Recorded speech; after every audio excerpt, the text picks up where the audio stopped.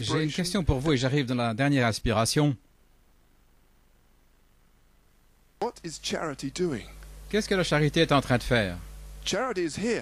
La charité est ici, mais pourquoi? Quel est son but? Quelle est la raison pour laquelle la charité est venue en avant Christ? C'est son esprit, la colonne de feu, la charité sur la terre. Qu'est-ce qu'il est en train de faire? Maintenant, il a une commission. Et la chose, c'est que la charité ne faillit jamais. Ainsi, ce qu'il est venu faire, il va le faire. Gloire à Dieu. Et pendant tout ce temps, il vous a dans sa pensée. Gloire à Dieu. La charité est venue pour faire quelque chose. Frère Branham a dit, nous avons commencé avec la fondation du premier âge de l'Église, où la semence est entrée dans le sol, la semence complète. Et puis, elle est venue par les pieds, Luther, et puis Wesley, et puis les pentecôtistes, les langues, les lèvres, voyez-vous.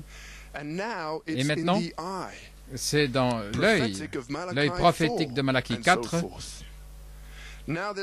Maintenant, il ne reste rien. Voyez-vous les yeux?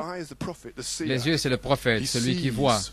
Il voit très haut, là, comme un aigle. Et maintenant, il ne reste rien pour qu'il puisse venir, si ce n'est lui-même, qu'il entre là.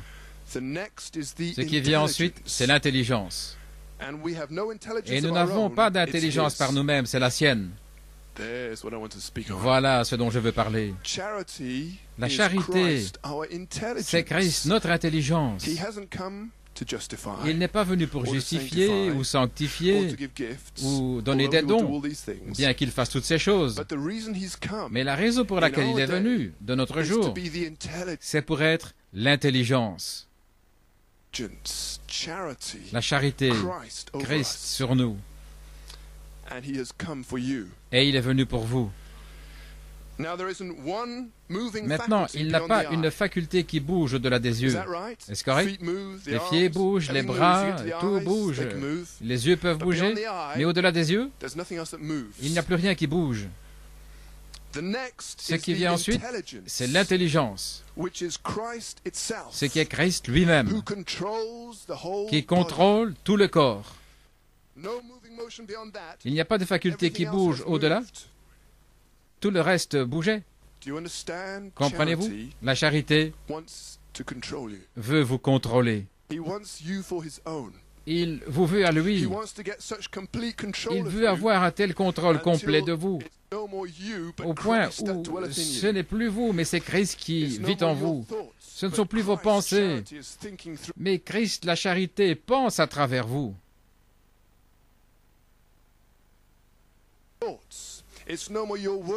Ce ne sont plus vos pensées, ce ne sont plus vos paroles.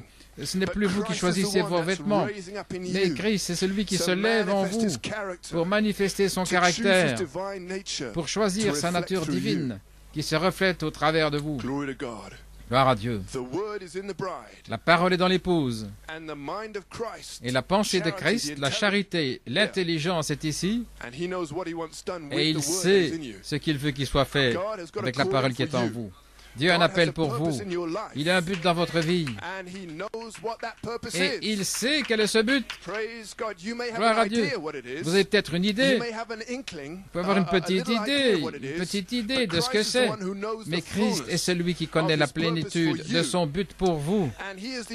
Et il est l'intelligence qui va faire cela s'accomplir. Ainsi, ne vous inquiétez pas comment ça va arriver. Comment Dieu va vous mettre dans cette place-ci ou cette position. Christ est l'intelligence, c'est lui qui contrôle le corps. Gloire à Dieu. Il est celui qui va vous positionner en sa saison et en son temps. Ne pensez pas à chaque jour suffit sa peine. Christ seul est celui qui sait où il vous veut et il connaît le meilleur temps pour vous pour entrer dans cette place. Gloire à Dieu. Tout d'abord, il doit nous nettoyer, nous sanctifier, nous préparer, nous former, nous enseigner. Et alors nous serons prêts. Gloire à Dieu, là, au fleuve Jourdain. Et la colombe descend, l'onction, la charité pour cet âge-ci. Et l'intelligence sera sur vous. L'intelligence va vous conduire où vous ne voulez pas aller. Vous voulez éviter l'épreuve, mais il va vous conduire dans le désert. Vous n'êtes plus votre propre patron. Gloire à Dieu. Vous ne vous contrôlez plus vous-même. La charité vous a. Elle vous tient. Vous êtes resté avec la parole, vous avez prouvé que vous l'aimez. Et maintenant, il est venu prouver qu'il vous aime. Vous êtes resté avec ses paroles pendant 17 ans, l'épouse, au travers des temps difficiles. Et maintenant, le Saint-Esprit est venu sur vous pour vous montrer. L'homme ne peut pas penser les choses que Dieu a préparées pour vous et moi. Gloire au Seigneur.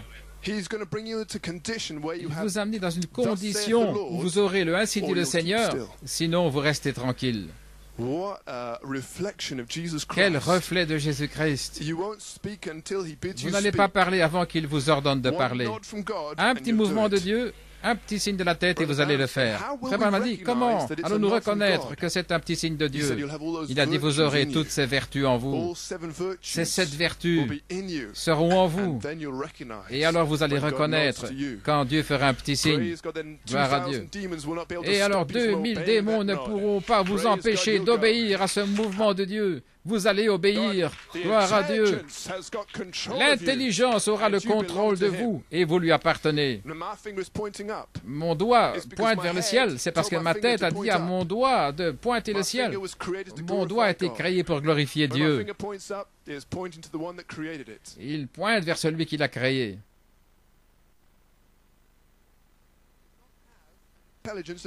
Mais mon doigt n'a pas d'intelligence par lui-même. Il ne pense pas. S'il pouvait penser, il y aurait beaucoup de problèmes, parce qu'il voudrait indiquer autre chose peut-être.